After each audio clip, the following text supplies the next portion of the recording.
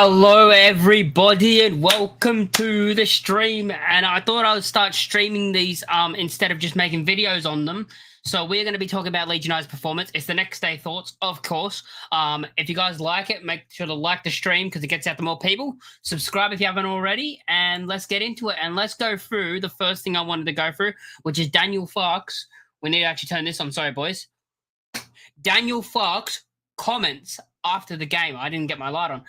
Daniel Farke's comments after the game. We need to talk about that first. We're going to get into that first, and that's what we're going to get into right now of what Daniel Farke had to say. I do have to just check and make sure that everything's working audio-wise.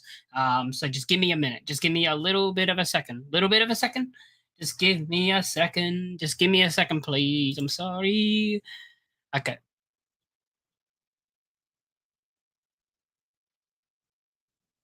Okay, we're good. We are good. Okay, we're good. We are here. We are ready. And we're going to be talking about Leeds United's performance as we won 1-0. I mean, we all know it should have been 3-0. Bamford should have had a goal. Tanaka should have had a goal. The football is corrupt, and we all know that. But anyway, let's get into it and start with what Daniel Farke had to say after the game. So the first thing Daniel Farke actually said after the game is felt tired at the whistle, proud of the boys because it was a tough game, very tough game, because they were actually like taking away from the two chances and the two goals we should have had. Middlesbrough are actually a really good team. They actually played some good football, and they could have had a couple of goals themselves, really. If you look at it, they could have had a couple of goals themselves. But what saved us was the fact they didn't have their shooting boots on, and they missed all their chances. There was a couple of chances that dropped, and they either spooned it wide or spooned it over the bar. The one that went to Azaz outside, like inside the box, like the one that went to Azaz, and he was open and he just skied it. And yeah, they had a couple of shots that they just scuffed them wide, basically. We were a bit lucky there. Overall, an advert for this league. Good footballing side.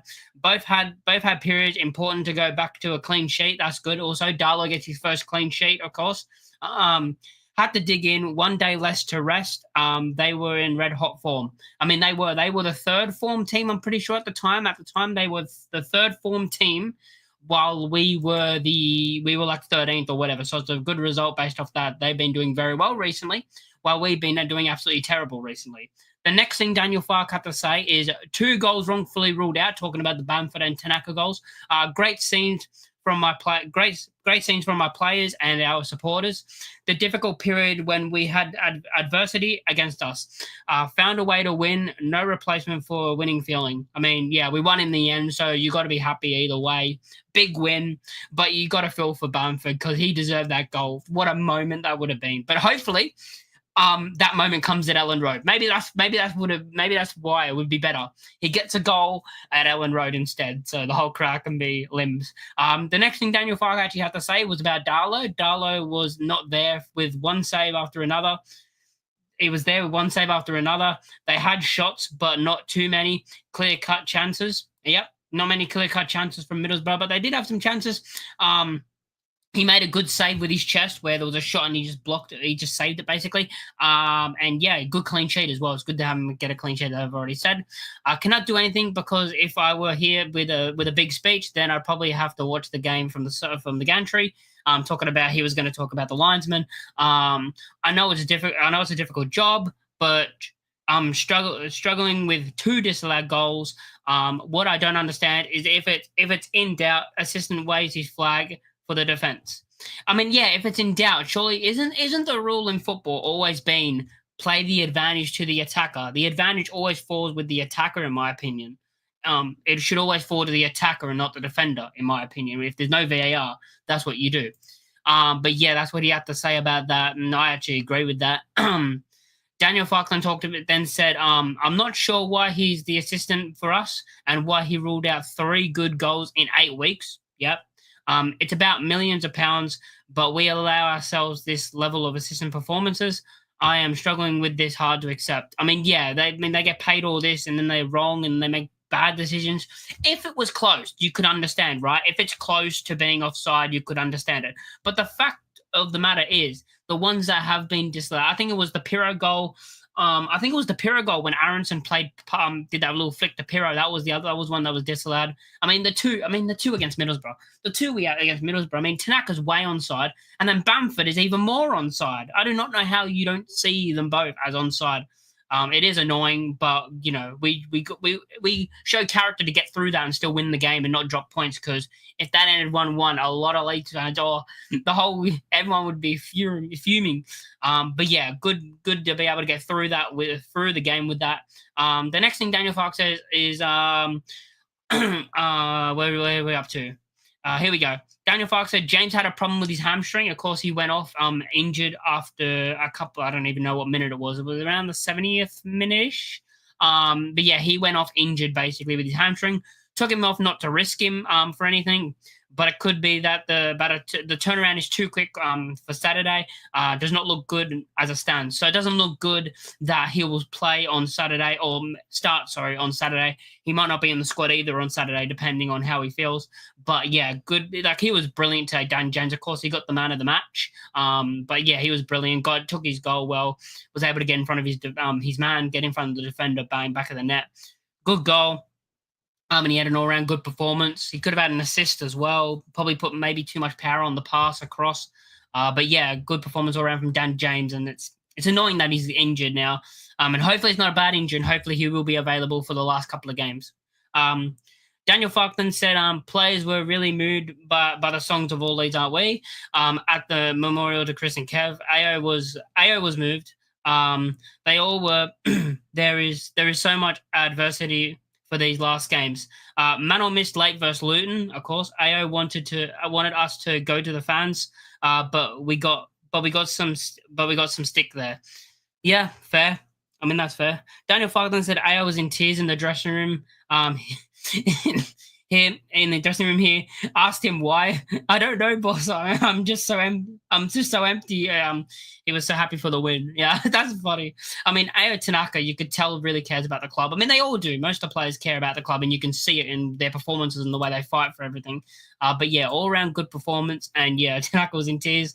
Daniel Falkland talked about, then said, I don't believe someone does it on purpose, but when it happens this often, there should be other people who protect him. I don't think he meant it, but 3 times in 8 weeks, it's not up to me. Referees are responsible to organise. This is, of course, about the linesman yet again, saying that he doesn't want to say anything like there's corruption or anything. He doesn't want to say anything like that, but it's happened 3 times in 8 weeks, which is a bit suspicious, you could say. And he's basically just covering his back and not going off because you know what will happen, he'll get a ban. And that's all he said. That was the last thing he said in the press conference. So yeah, it was an all-around good performance to get the win. I mean, the performances, we can talk about a couple of players I do want to talk about and a couple of things I actually still want to talk about for a little bit. We will talk about that right now. So the first thing I wanted to talk about is the fact of course, Millwall beating Sheffield United 1-0, and that was a massive result. That was like, I was switching between the games, all 3 being like, just hold him. And yeah, Millwall were able to beat Sheffield United. For what I saw, Millwall were playing well. And then in the other game, of course, Derby County drew 0-0 to Burnley. And what I saw from whenever I switched over, Derby County had the chances, to be honest. Whenever I switched over to the game, Derby County were the ones that were like close to a chance, even though they had 0 shots on target. Derby, they always, like, every time I switched, they had a corner or they had a throw in and they were right down there. So I don't know how they didn't have a shot, to be honest. But yeah, I want to talk about a couple of performances. The first one we want to talk about is, of course, the striker situation and who should start up front. So you got Joel Piroe. Who, of course, in these performances here, in those 73 minutes, he had an XG of 0.42. At halftime, he had 0 shots. He had 0 shots completely. By the end of the game, he had 1 shot. He had 1 shot, which was on target, which was it was a nice move to get the way he got his body in front of the man and got the shot off. It was a good play, basically, and a good save. But when you only have 1 shot all game, you're like, you want to see more from your striker. You want to see more from your starting number 9. You want to see more from him, and when you only get 1 shot all game, it's not a good performance at all. He also had one dribble, and it was successful. He had 27 touches with 11 out of 17 accurate passes. No key passes, no crossing, of course, no long balls, didn't do that. Ground duels, he won 4 out of his 6 ground duels. Aerial duels, he won 0 out of 5. Now, you can look at this, and this is a bit of a problem when it comes to Joel Piroe. When it comes to Joel Piroe and him winning the ball in the air, you got to talk about it because he's won 0 out of 5.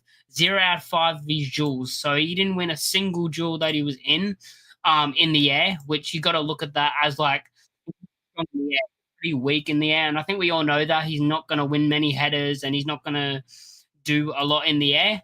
But yeah, you got to look at those. For me, you got to look at those and the performance when you don't, you got 0 out of 5. If it was only 1 or 2, I could see, but 5 and you haven't won a single aerial duel. He had possession loss. He lost about 8 times in this game. In those minutes, he lost about 8 times, and I've just lost it because it disappeared. Great. He lost about 8 times. Where are we up to? Yep, lost about 8 times. He gave away 1 foul and was fouled once, and that's all the other stats. And he made 2 total tackles throughout the game. And you look at that, and that's off the basis of 71 minutes. Was it 71? Was it 71? Wait, let me check. 73, sorry. 73 minutes. Where Patrick Bamford came on for only 17 minutes. And in those 17 minutes, he should have had a goal. We all can say that. He should have had a goal to put us 2-0 up. Well, in reality, 3-0 up if we had a linesman that had a brain and could actually make the decisions right. He had 14 total touches. So Piro had 27 touches in 73 minutes. Bamford had 14 in just 17 minutes. Accurate passes, he had 4 out of 8. So he completed 50% of his passes. Compared to Piro, who completed 11 out of 17. So maybe you can say Piro was better. But I don't think Bamford really, he didn't really, he was more like, the balls were over the top and he was like trying to hold the ball up basically. I don't know if they count as passes if he tries to hold it up and he flicks it basically and a Middlesbrough player takes it. I don't know if they count that as a pass, but yeah, they might count that as a pass. What else happened in this? And then he also ground duels won. So when we talked about Piro, he had 6 ground duels and won 4 of them. But then you go to Patrick Bamford, he had 5 duels. So he had 1 less duel. He had 1 less duel than Piro did in 17 minutes compared to 73. He had 1 less and he won the exact same amount. Bamford had 5 duels and he won 4 of them. So only lost out on 1 duel. Aerial duels won. Now, he won 2 out of his 4 aerial duels. So he actually won some where Piro didn't. He lost the ball 4 times, but it was towards the end of the game, so you can't look at possession lost when it's a 17-minute cameo at the end of a game. He was brilliant, by the way, but you can't look at that as you can't look at his performance off his possessions lost when you're 1-0 up, basically at the end of the game, 17 minutes to go, and basically most of that time, especially the last 10 minutes of that, was us trying to hold out defensively. So you can't really look at that. He was fouled once. He gave away 1 foul. He was fouled twice. He was offside once. Offside. We know he wasn't. And he made more tackles, I think. No, he made the exact same amount of tackles. Yeah, but if Bamford could play 90, I would start him in the next game, but I just don't think he can. I don't think Bamford can actually play a full 90 minutes in our next game. I don't see it because I just don't think he's fit enough to play the full 90. Now, if he can play 45 minutes, if Bamford can actually get on the pitch for 45 minutes, then I would play him. I would bring him on at halftime. I know Farke doesn't normally make halftime substitutions, but if you can get 45 minutes out of Bamford, you bring him on for those 45 minutes, in my opinion, because he's just been, in his last 2 cameos off the bench, he's warranted a start, but I just don't know if he can play the full 90 because Piro has been off it for me for the last 6 games. I think he has 1 goal contribution in 8 games, but if I'm just looking at performance-wise, he hasn't performed in the last 6 games. He's been poor in the last 6 games for me. He doesn't seem to shoot as much either. He doesn't seem to shoot as much for me as he was earlier on in the season. You can tell from that game where he had 1 shot all game. Other performances. We already touched on Dan James a bit earlier when Farke was talking about him after the game. We already kind of went over that, but yeah, Dan James was brilliant. I want to look at the stats for Dan James, how great he was. Dan James in this game, right? He played the total of 73 minutes. Yeah, scored a goal, good a goal early on, 2 minutes in, with an XG of 0.5. 0.5 for that XG. I thought that would be higher than 0.5, to be honest. He also had 29 touches. He had 13 out of 22 accurate passes, which is 59%. He had 1 cross, which wasn't accurate. He had no long balls. He had 2 shots on target and 1 shot off target. The other shot on target was pretty good as well. It was when Aronson in the middle did a lovely turn and then played in Dan James, and it was unlucky. It was a good effort. He also in this game ground duels. He had one, didn't win it. And you look at this, right? Joel Pirro, and I keep going back to him because you just have to. Joel Pirro won 0 aerial duels out of 5. Dan James had 5 aerial duels, won 3 of them. So Joel Pirro can't win aerial duels, even though he's tall. But Dan James is the one winning the aerial duels. He's won 3 out of 5.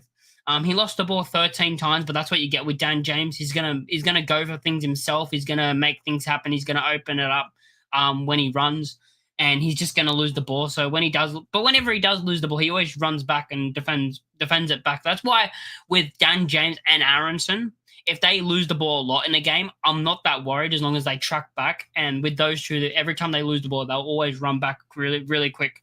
Yeah. He made no tackles in this game. Wow. Dan James made 0 tackles in this game. That's actually a surprising start. I actually thought he would have made a tackle in this game at least. Like at least 1 tackle in this game against them. The next player we can look at is Brendan Aronson. Let's talk about Brendan Aronson a little bit. Actually, Leeds United legit 17 minutes ago, I didn't say this, posted Dan James because he got player of the match with the votes. He got player of the match. So, yeah, he got the goal, 29 touches, 13 passes, 3 air drills, recovery. I mean, Dan James was great performance from him. Like, he was unbelievable for most of that game. Like, it felt like we got the Dan James we had early on in the season, or most of the season, because for me, he's our player of the season. But next up, Brendan Aronson. He played a total of 89 minutes, so again, played basically the whole game. And, you look at things like 27 touches, 9 out of 15 accurate passes, which is 60%, 2 key passes, 1 long ball that wasn't accurate. He also had 2 dribble attempts, and 1 was successful. Ground duels 1. He won 3 out of 10 ground duels, so he didn't win a lot of his ground duels. But the thing is, every time he loses the ball, he'll always run back to win it back, as I always say. And I think he had a good performance. I thought he absolutely ran his socks off, by the way. He had 3 aerial duels, didn't win one of them. I mean, you don't expect Aronson to win the ball in the air. He lost the ball 12 times. He was fouled once and gave away 2 fouls. He made 1 tackle and he was dribbled past twice. But it's just with Aronson, for me, it's not the fact of people get mad at because people say all he does is run. Yes, he runs a lot, but for me, he does it well. And the way he tracks back is something you don't get from Nonto. This was the right game for Aronson, by the way. I want to back up on this. This was the right game to start Aronson over Nonto in the 10 for me, just based off that performance.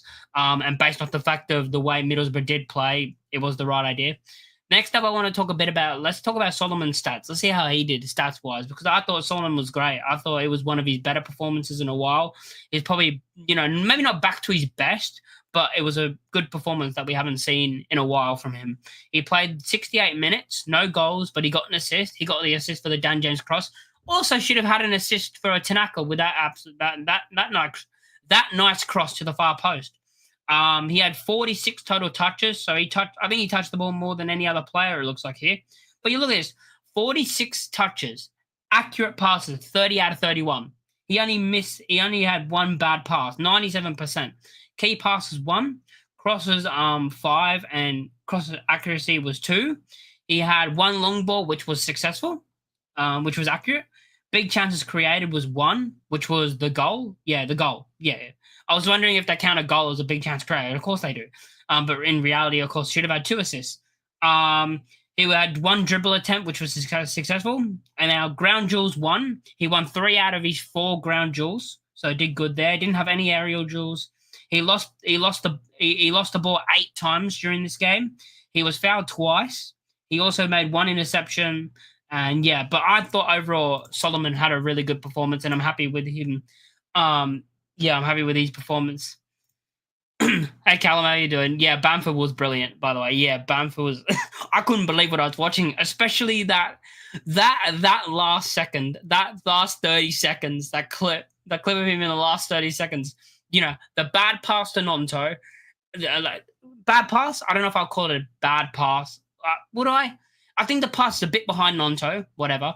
And then that tackle, brilliant tackle, wins the ball back, and then just just absolutely does him, and then plays an absolutely beautiful ball to Schmidt. Like, it was a beautiful ball. And if Dan James is on the pitch, I actually think Dan James, if he's on that side and on the pitch, Dan James gets to it and goes through one-on-one because of his pace. I think that pass from Bamford was brilliant. When have we seen Bamford play a pass that brilliantly? I don't think he plays a good pass. That's probably one of the best passes I've seen him play. Yeah, it was good to see him actually play well. And yeah, what was the next thing I was going to talk about? A player that I actually want to give a bit of a mention. Someone who goes under the radar every time I see them play. Yeah, Bamford turned into prime Messi. Like, oh my god, a brilliant player. Yeah, make sure you guys like the stream if you're here, and subscribe if you're new. Yeah, a player that I think is going under the radar as well, I want to talk about, is Ilya Gruev. I think Gruev had a really good performance. I think defensively, I always trust Gruev. I think he's probably, in my opinion, our most underrated player or underappreciated player. I think he's very good. He played the full 90. He had 70 total touches with 57 out of 61 accurate passes, which is 93%. So yeah, I think he played very well. You know, most of those passes are like back passes and stuff, so you can't really look at that for those players. He had one crosses, which wasn't, and one long ball. He also, where is it? Ground duels. Here we go. He won 5 out of his 9 ground duels, which is all right. He lost the ball 6 times and gave away 2 fouls and was fouled twice. He made 1 block shot. He made 3 total tackles, and he was drilled past only once. I thought Gruev, was a solid performance from Gruev. And yeah, when I look at these performances from this team today, it just felt like we were kind of back, like we've turned it back around. Because if you remember what Fark said, he did say, win at home and draw away and we go up, right? Well, we did draw at home, but we've made up for that by winning away. Now, going into the next game, which of course is Preston? Oh my God, I forgot. Is it Preston? Preston's our next game, yeah. Right. So we got Preston in our next game, and basically Burnley play before us, so we'll know the result from that game, and hopefully Norwich can do us a favour in that game. Oh, here's another question: best centre back pairing at the club. Is there a question to say that Ampadu and Rodon is better than Strauch and Rodon? I think Ampadu at centre back is because when I look at Ampadu at centre back, I think it's good. I like him there. I like Strauch as well, but the thing that I like about Ampadu is because he can ping a ball over the top. Like, he's very good at like just pinging a ball out to Dan James, and like his passing is very good. These over the top balls, these long balls is very good. And when he plays centre back, he gets more time to actually hit that pass. I do like Strauch. Like, it's a thing of like, I like both players, and I won't mind if one's in or the other one's in, personally. Yeah, I wouldn't mind. I wouldn't mind if Strauch's in, and I wouldn't mind if Ampadu's in, because I think they're both very good. And I honestly think Ampadu at times trying to think, is he a better centre back?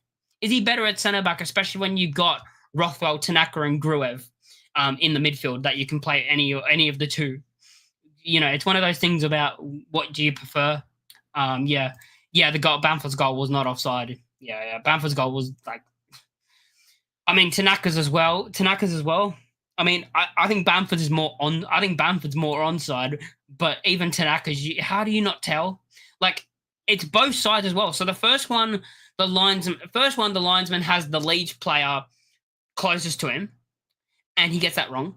The second one with Bamford, he has the Middlesbrough player closest to him, and he gets it wrong. Like, it's unbelievable. It's if it happened once, and when it happens, right, when they do say, it's like, if it's close, if it's very tight, I won't complain. I'll be like, okay, it's tight. I'm not gonna say you made a bad decision when it's tight, you know.